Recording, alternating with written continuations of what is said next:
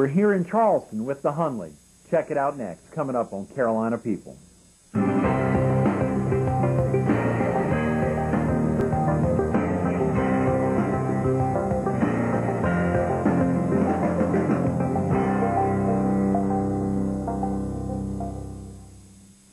Good morning. Welcome to Carolina People. This morning we're in Charleston, South Carolina, at a famous shopping destination, Luden's. We're focused on the H.L. Hundley submarine and on the spirit of South Carolina.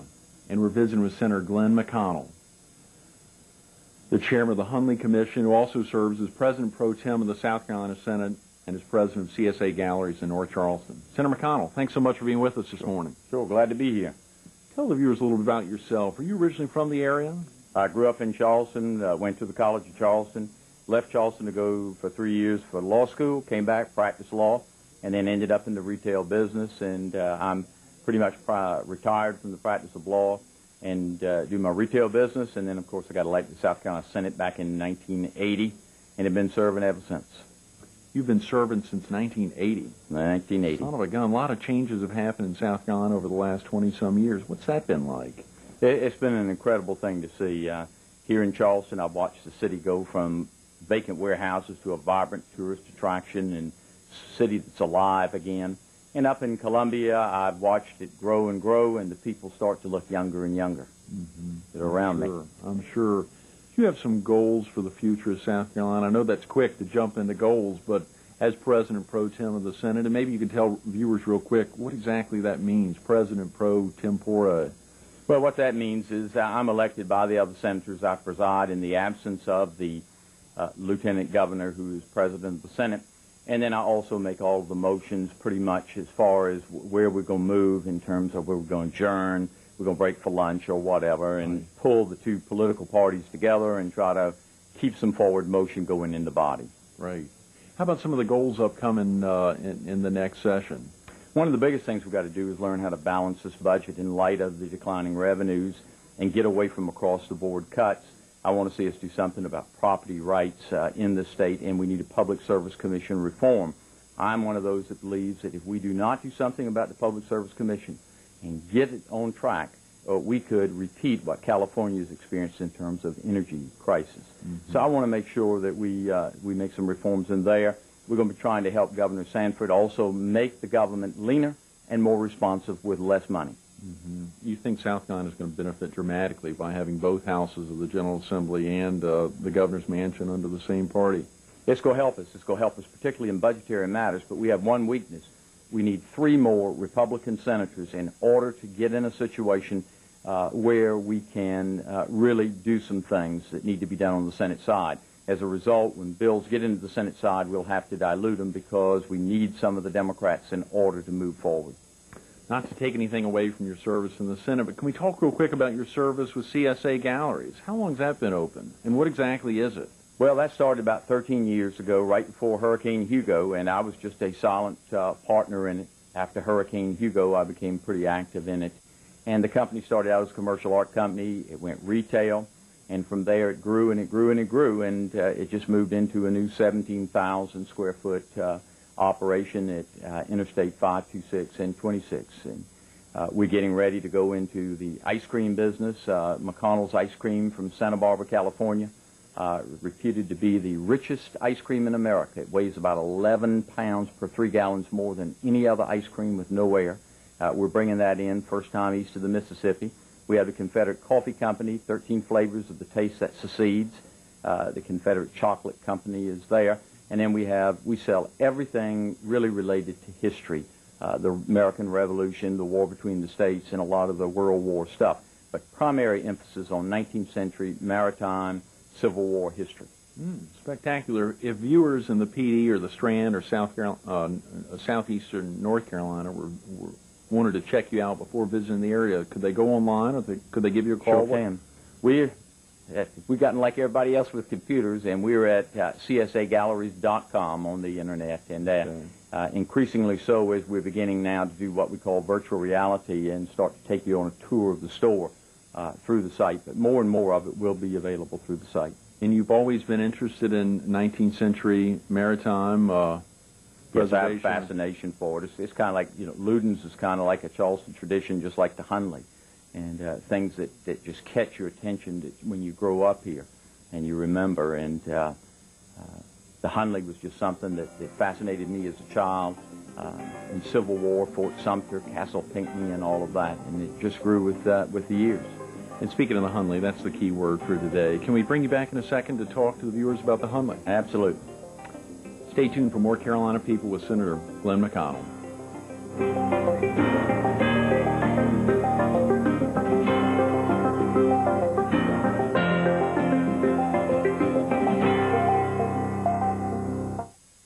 Good morning. Welcome back to Carolina People. This morning we're in Charleston, South Carolina. We're visiting with Senator Glenn McConnell, the chairman of the Hunley Commission.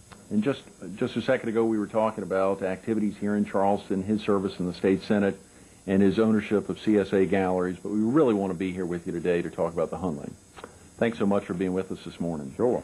I was talking to somebody last night from the upstate, and when I said Glenn McConnell, she said, Hunley. How does that make you feel? Well, it makes me feel good to know that we've gotten our message out about the Hunley. It's captivated the attention of people all over the world. Obviously, as chairman of the Hunley Commission, maybe you could talk real quick about the commission, how that was set up, and before we begin talking about the activities surrounding the Hunley currently. Well, when the Hunley was discovered approximately 7 years ago, we set up the commission to see about going after it. Here in Charleston, the legendary submarine went out to sea, never returned home. They never could find it. It remained a mystery. And then Clive Cussler's expedition documented the exact whereabouts of H.L. Hunley. We put the commission together to see if the state of South Carolina could keep it. At that time, we thought we might be lifting an eggshell. Believe it or not, the Hunley has escaped the jaws of time. She's defied man's memory. She looks totally different from what people thought she looked like.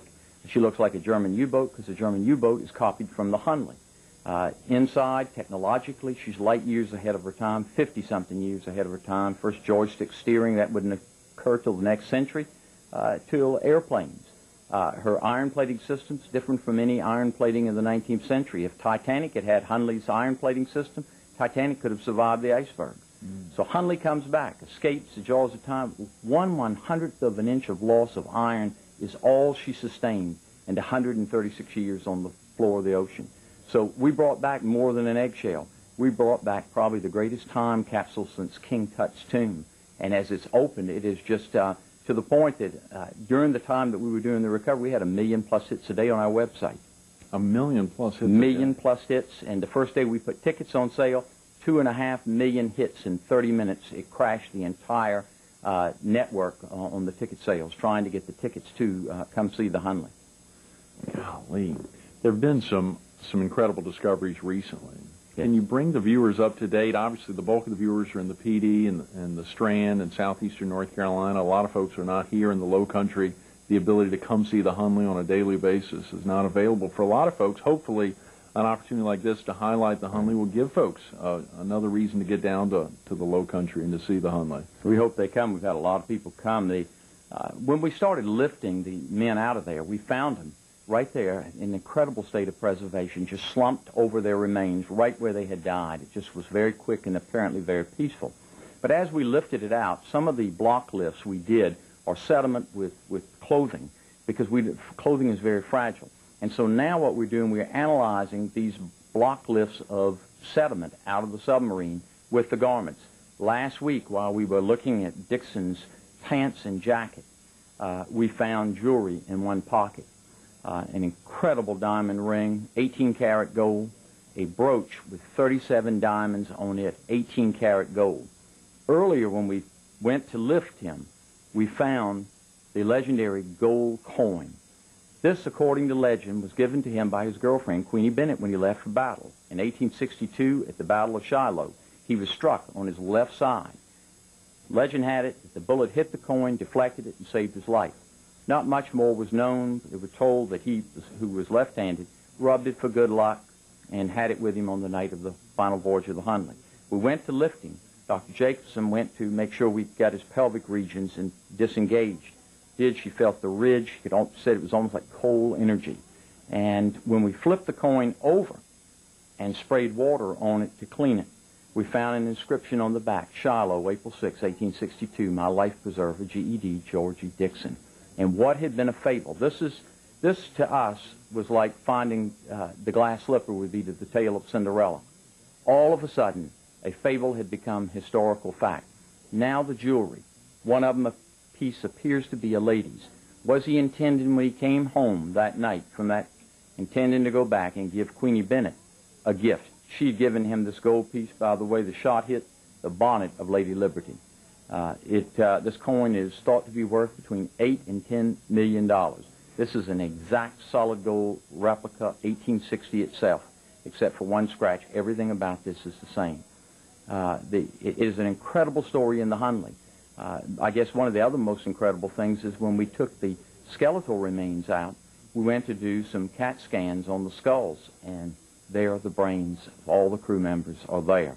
The brains, almost perfectly preserved, to the point that we will be able to tell if they died from an oxygen loss or from trauma. Hundley is unlike anything. She's different hydrodynamically. Inside, she's well advanced over anything thought to exist at that time. And she comes back with this incredible story that just appeals to Americans all over the place. I tell people, whether you're a student in the American Revolution, war between the states, or what, this submarine is the essence of the story of Americans. In the pursuit of freedom as they understand it, they're always willing to put aside the element of fear. And the Hundley comes back with that great story. Very definitely. Senator McConnell, where is the Hundley currently located? Where is it currently being housed, and is there a permanent home planned out for the location? Well, she's located right here in the Charleston area up at the old Navy base. We open on Saturdays and Sundays for visitation for people to come and see. I tell them the Hundley will silently speak to you. She's like a quiet tomb. She's like a gigantic piece of American technology. We hope to build a museum either across the river in Mount Pleasant, right here in Charleston, or up in North Charleston. One of the cities has offered us $11 million to locate the museum in their city because of the economic bonanza that comes with the Hundley. People from 30-plus states and at least 4 foreign countries a weekend pour into Charleston just to see this incredible craft and experience the incredible love story, the incredible tale, the technology, and it touches them as Americans about that freedom didn't come easy for any generation. Mm-hmm. So the commission has not yet decided where the permanent home will be. Mm-hmm. No, we haven't made a decision. It's one of the biggest decisions we got to make, and because we intend to build a state-of-the-art facility, not one with glass boxes, right, but we can rebuild these people with 98% accuracy, their faces and everything. Mm-hmm. And the day will come when you'll come to the Hundley, and they'll be sitting beside you in a computer chamber. And this facility will be what we call virtual reality, and you can take the journey into history with the crew of the Hundley. Amazing. And speaking about that journey, can we talk real quick about that journey, February 1864? What do you think happened that night? We called a sub affectionately the old lady, and she has refused to give us the final secret, which is what happened on the way home. But I believe this occurred. The Hundley completed the attack. She came up too close to the Housatonic to replenish her air. She could stay down around 20, 25 minutes. She attacked. She backed up. She opened her hatches to replenish her air. I believe either the hot boiler on the Housatonic exploded, causing a tiffing across the water, a wake of something splashed into the boat, caused it to lose its mere positive buoyancy. They had to quickly close the hatches and turn for shore. On the way back, frantically trying to pump air through the snorkels, they ran out of air and boom, anoxia, they blacked out. Something that would cause us to believe that is the second man in is a 19-year-old young man who was hanging up there on the bellows with his arms around it where he was frantically trying to pump air, so much so that it appears he may have herniated his third disc in his spine. Just an incredible story, but we found it aimed directly at shore, its dive planes pitched forward, and the crew just slumped over in there. That's amazing. Senator McConnell, I'm just blown away sitting here listening to you, and there's so many amazing stories related to it. The location of where it'll be permanently is secondary, if not tertiary, to the entire event itself, the preservation, actually getting it out. Is there any aspect of it that's been the most exciting to you? You're so boolean in explaining just a little bit. I mean, you've only touched the surface of what folks who haven't yet experienced the opportunity to get down here. Is there any overarching experience? You may be repeating yourself, but anything that stands out in your mind? We've got about a minute, and if you could just... I think that the biggest thing is that once that our divers and our scientists, every time they would go down and feel it, and the visibility was almost zero, they would tell us it feels different. We think it looks different from what we're practicing on and what history has told us it looks like. And when the Hunley came up that morning and we had a chance to see it, we were looking at not a converted boiler, but at a well thought out, hydrodynamically designed piece of machinery that was 50-something years ahead of its time just in hydrodynamics. And then we saw the rounded belly, the hydro displacement system, all of the things which indicated to us that this submarine had a whole science story that we had never even scratched on, beside the history story. Then we got the love story, and the Hunley has just, she's captivated people.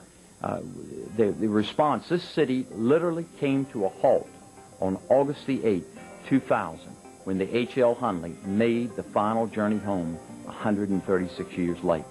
People were on the rooftops, along the banks, cannons firing, the church bells ringing in the city.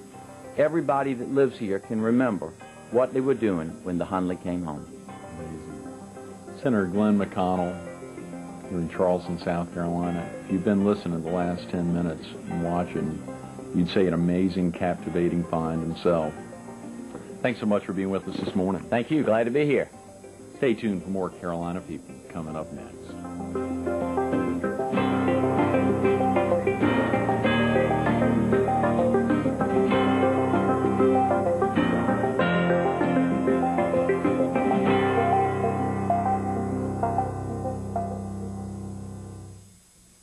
Good morning. Welcome back to Carolina People. This morning we're at Luden's in Charleston, South Carolina.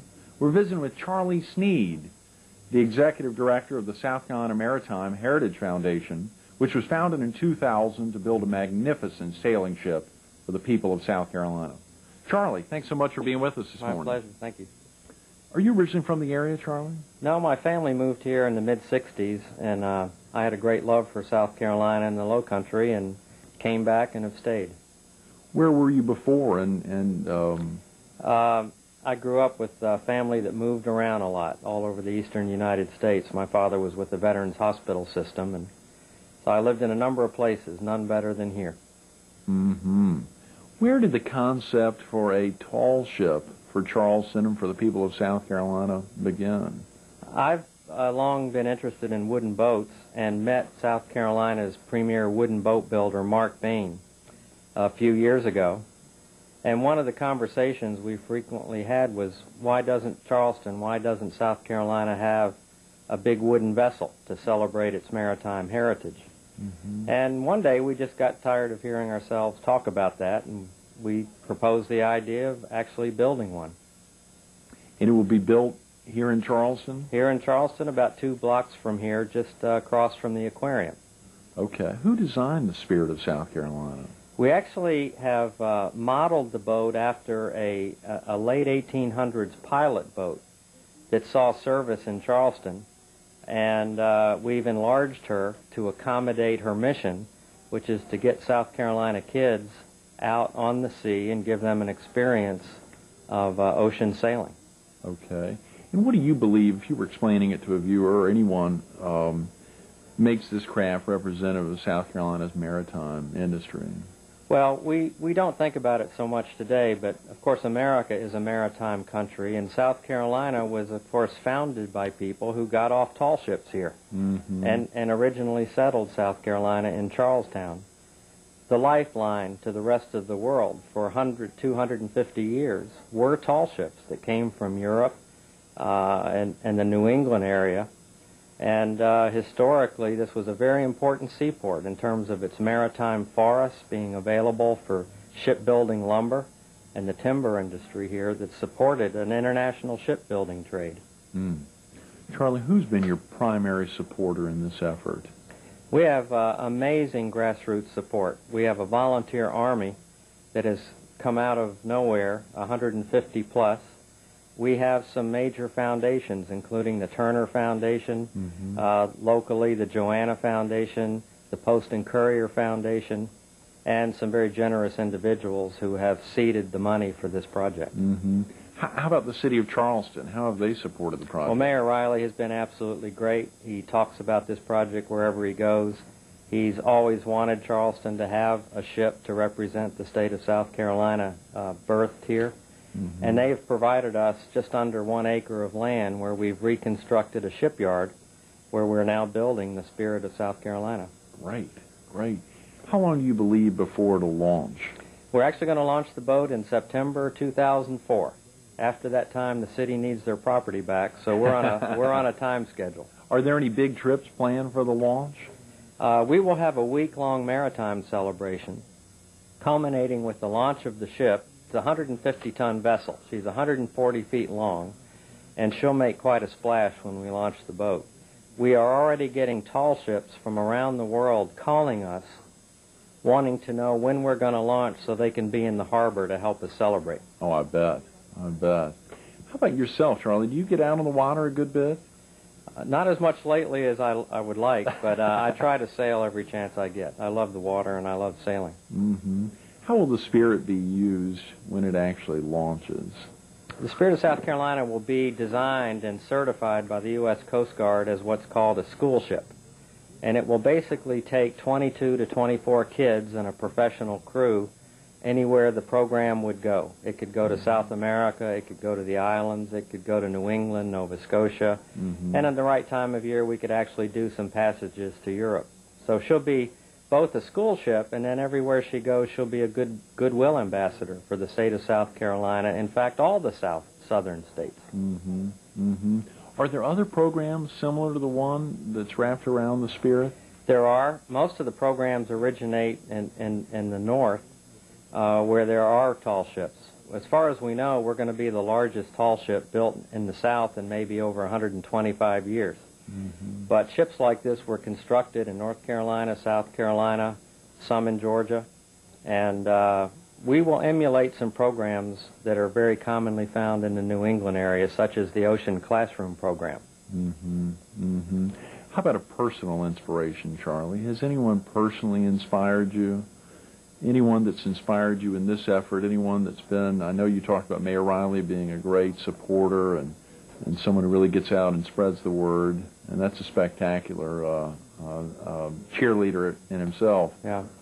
I'll tell you, my friend Mark Bain has inspired me. Mark is a wood boat builder. Mark is in his early 40s, I guess, and he knows more about wood and boats and shipbuilding than someone his age should know. It's almost as if he has some DNA in his blood. But he's a hard-working man, I think very reflective of South Carolinians for generations, resourceful, can do anything with a minimum amount of tools. It's just a wonderful man and a great representative of the Low Country and shipbuilding. That's wonderful. Can I ask real quick, you may or may not know the answer, but a lot of our viewers are in North Carolina. If there's any similar project in North Carolina, and if a viewer in North Carolina, if there's not a project, maybe a viewer in North Carolina would be interested in donating, if there was some way they could help grow the Spirit of South Carolina, maybe... Sure. One of the interesting stories that we stumbled into in learning more about the history of the ship that we're emulating, she was called the Francis Elizabeth, built in Charleston in 1879, and we recently found out through an archived copy of the Wilmington Morning Sun that she actually was destroyed by a fire and sank on the Cape Fear River just north of Southport, where she was at that time owned by 3 harbor pilots who worked out of the Southport, Wilmington area. That's amazing. That's amazing. Real quick, where are the funds primarily coming from to build the ship? We are raising the money privately. We hope that businesses will see this as a goodwill ambassador for the state. We think that individuals are interested in preservation and are interested in celebrating South Carolina's maritime history will help us build this ship. And if someone wanted to donate to help build the Spirit of South Carolina? Well, you can get in touch with us through our website is the best way. It provides a lot of information about the boat and its mission and how to contribute money. Is www.scmaritime.org. Okay, great. You've heard him, Charlie Sneed, Executive Director of the South Carolina Maritime Heritage Foundation, obviously built to build out the Spirit of South Carolina. Charlie, thanks so much for being with us this My morning. pleasure. Thank you very much. Stay tuned for more Carolina People coming up next.